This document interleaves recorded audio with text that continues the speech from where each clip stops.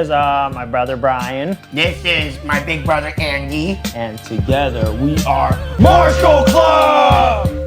Before you continue with this video, be sure to watch part 1 of our Fist of Fury segment of Martial Club My Stunts, or else you're gonna miss out the build up to what's about to happen in this video. Yeah. You call this one meat and potatoes, dog. Yeah, this is the final boss fight. So in part 1, we did a homage, a breakdown of the homage we did to Fist of Fury where Tenzin takes on 10 black belts, the classic where every legend has done it. Bruce Lee, Jackie Chan, Donnie Yen, Jet Li, you name it. They all have done their own Fist of Fury. This is Martial Club's rendition of Fist of Fury. This is the final boss fight and we're about to break it down for you guys. Yeah, let's go. That you face insurmountable odds. Only then will you know harmony. No compromise! I will show you with my fists that we are not Let him know, son. sick men of Asia! You're a fool to think the Wushu can His stop fist your has fight. no power. It's too weak. Your fist has no power. Ooh. Yeah. Dude, this And yo, is... guys, if you have a fight like this, you need a classic standoff just like this. And then pop off. Bam, bam, bam.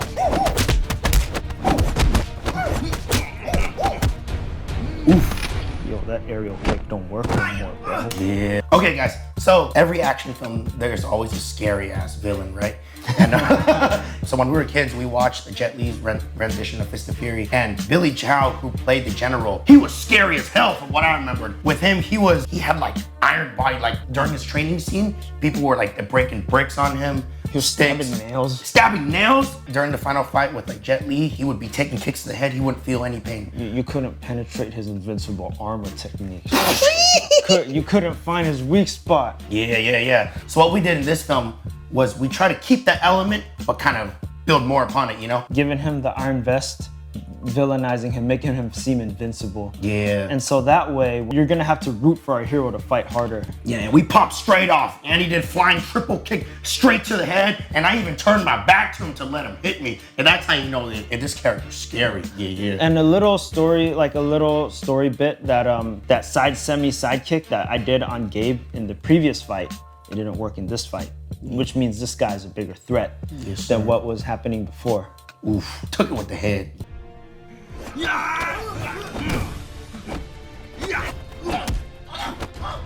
This is an opening, dude.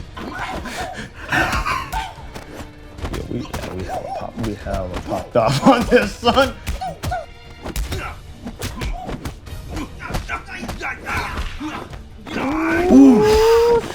Okay, all right, guys. So what's going on here is we open up the fight full on tricks first thing. So we gotta let it be known, you know. So with the character like General Fujita here, someone who's so heavy, grounded in iron body, the audience doesn't really expect this character to be jumping around. So that's something we wanted to implement right off in the beginning. This is like one of those one-on-one standoffs that is like, these two warriors are elevated at their best. So we decided to just pop off with whatever we felt like. Yeah. No holding back. You just gotta have cool moves in a shot, right? Show you, go ahead.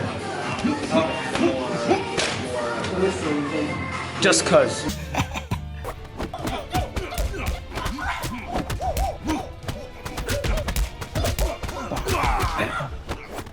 One more iron body here.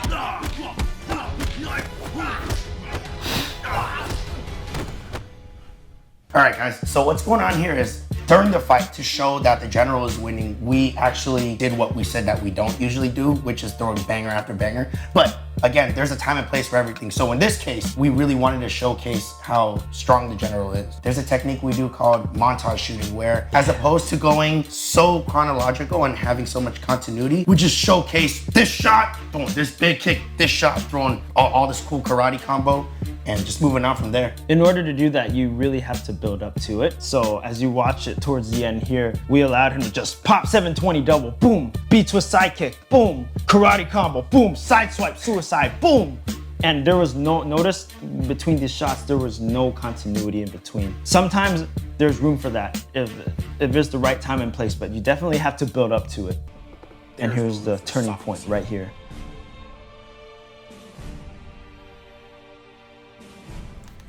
So here's the turning point. Chen Zhen gets up.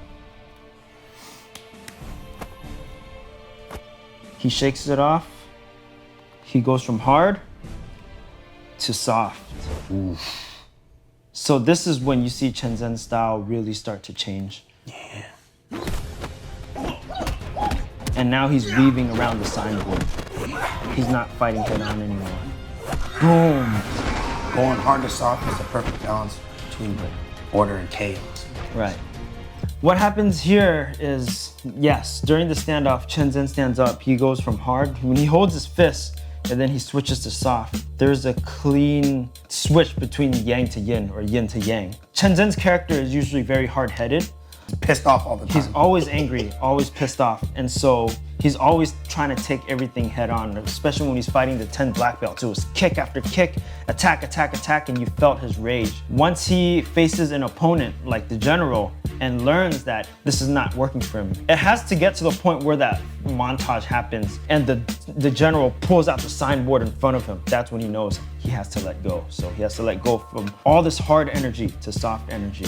And then he doesn't fight directly anymore. Notice when the general starts stabbing him and swinging at him with the signboard. He's maneuvering around. He weaves around it. Now, for the signboard break, we had like one breakaway. And we're putting the signboard right here. Yeah, to a breakaway that Julio made. So we're about to kick the shit out of this. And I did this, I think it was in 2 attempts. So it was made out of cardboard and the framing was made out of like balsa wood or something. Yeah. Very thin wood. We scored it a little bit. Oh yeah, we couldn't power powder this time and during our fights because the mats, we wanted to respect the location, the school, not get any powder on their mats. So we couldn't use it at this time. But the first time I totally messed up. I landed it, but then I tipped over on my landing and I wanted the landing to happen all in one shot. Thank you to the boys for, they had to get down and to piece the breakaway back together for me to break it again. No, and the second time I landed it and you see the clean landing into my 3-point stance. And that's the beauty of action filmmaking, because now in a lot of Hollywood films, they would have the actor, you know, close up, go into the jump or the kick or whatever, and they would switch him out with the stunt double, and then they'll have the actor come back and then they'll probably capture this in one of those tighter shots. But even as Donnie Yen said, the highest level of action filmmaking is to pull the camera back and let the actors do their thing. So that's what we're trying to do here. Yeah. Take it back to basics. Yep. Ooh. Here we're popping off. See, Chen Zhen's fighting around him more. See, he's jumping around him, weaving. This aerial front flip was so easy because I was so light. So this floor was slippery though, for real. Oh, that tiger onto your neck, dude. So what's going on here is in this moment, Oh, damn. before Andy was against the ropes, now it's the other way around. I'm beaten up and bloodied, and it's time for a change for me. Notice the makeup was pretty janky at the time. We don't have the budget, nor we didn't know how to do makeup. You go to Party City, man, they got those $1 blood kits, man. That shit works fine just here, you know? Went down the street to Party City, dude, just rub it on. And that's also the beauty of independent filmmaking.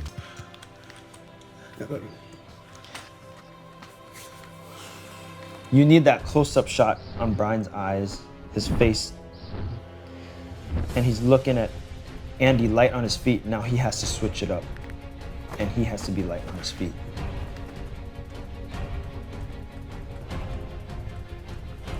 All right, so this is when all hell broke loose. This moment right here, I think this was one of the first times we did it. Before, we never really believed in giving the audience time to breathe.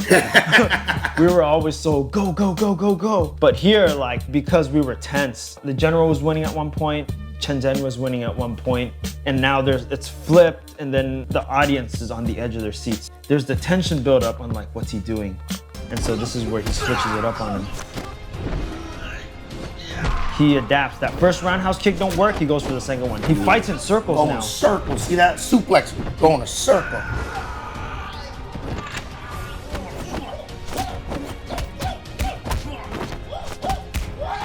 All right, so here, gets a little montagey.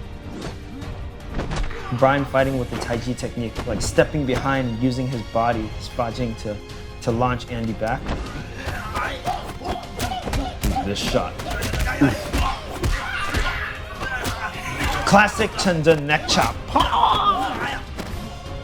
And then up to the ending, boom, there's no winner. This last bit got really montagey, and I'll tell you the reason. This was because we were running out of time. And so as we were running out of time, we're like, okay, let's just shoot it again. Once the tension is built, you can get away with just straight up montage styles. Notice this time, the general was fighting more in circles and using like more Kung Fu-like techniques. So we wrapped it up, montage style, straight into the ending. There was no clear winner at the end. Both warriors are both pushed to their limits. And both have a newfound respect for each other. The idea is, it's not about race versus race. My style's better than your style. At the end of the day, we're all humans. When you go to war against each other like that, you earn the utmost respect for each other.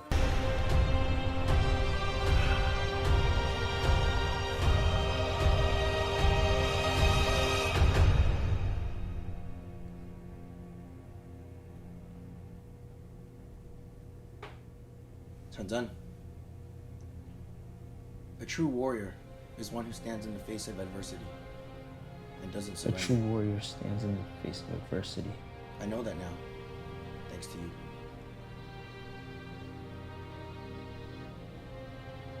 It's in peace that we find true victory.